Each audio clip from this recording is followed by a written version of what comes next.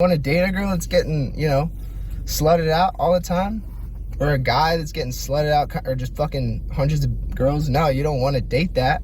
But do you want to experience it at least once or twice?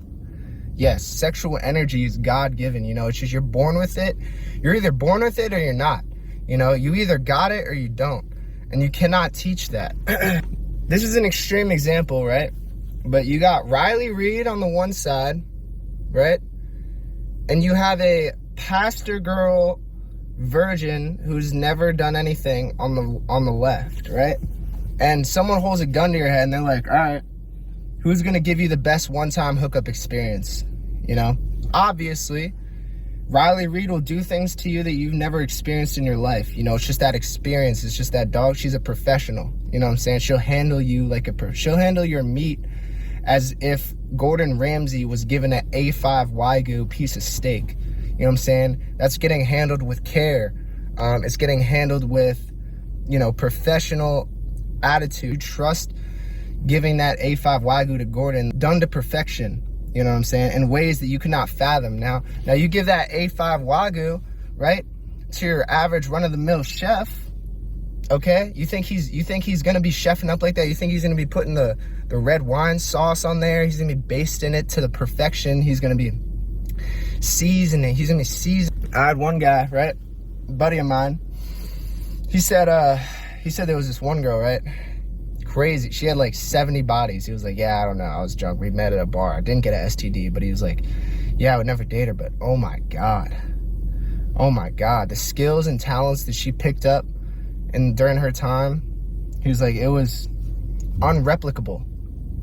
You know what I'm saying? He was like, and he was almost ashamed to admit it. You know, he was like, oh, dude, that was bad. But at the same time, you know, fuck, like that shit was crazy. Throwing it back like crazy, gargling the shit, deep throating to a different level. Like she's like a prestige 10, while the rest of these people are like, you know, prestige 1. Like she's like the Magnus Carlsen of chess, but for sucking dick. You know what I'm saying? I think it's Magnus Carlsen. Yeah. She's like the entrepreneur of penis, and she's like the Western colonized. And you know, I'm just gonna say it, even for girls too, I feel like once in your life you need to know it. You need to get it laid down. You need to meet a dude who lays it down like a fucking master plumber. I had a lot of girls, right? They say they're like, oh, I have like 6 bodies, but I've actually never came. I don't know. A lot of girls have actually never come during sex despite having a good amount of bodies. You know what I mean? So, you know, I don't know. Also, on top of that, hookup, everyone hates like hookup culture and bodies, which I get, I completely understand. But at the same time, look at all the guys who go out trying to get laid, right? What if the only time anyone could ever have sex was if you married somebody? And some people would say that that's good, right? But other people would say, you know, that would be a problem because, one, a lot of people would jump into marriage way too quickly, because marriage is a lot more than just sex. There's a lot that goes into it. I mean, after 5 years, sex is actually the bottom thing on the list of things that go into marriage. You know, and then divorce rates would probably be even higher than they are now, because people are just jumping into marriage because they're too horny, you know? I mean, look at the Mormons, right? The divorce rates are so unfathomably high because people are getting married at like 17, 18, honestly, and they say it's not just a fuck, but like it is a lot of the time. And I know this because I have a lot of family out in Utah, so I grew up around a lot of Mormons kind of stuff. And you know, dude, their divorce rates are crazy high because like they're just getting into it for sex, which if you're only getting into marriage just to have sex, you should not be getting married. You know what I'm saying? You should never be getting married.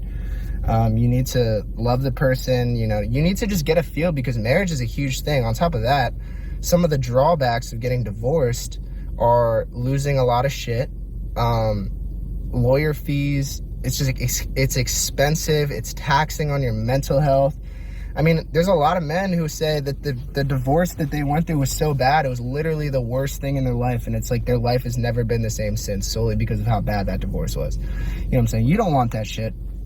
You know, so there's good and bad sides to hookup culture. I mean, like, dude, because like if it was truly a culture where like you could not have sex unless you were married,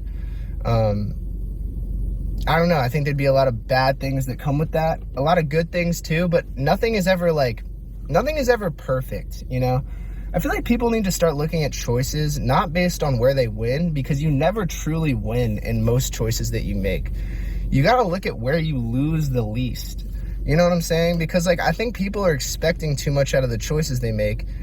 When you never truly get everything that you want, you got to kind of look at like, all right, where am I losing the least here?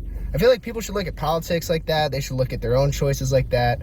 Where am I losing the least? Because it's like, I mean, if you were given the choice, all right, lose half of all your shit or all of your shit, I mean, you lose both, but obviously 90% of people would choose, oh, I'm going to lose half my shit because at least I'm not losing all my shit.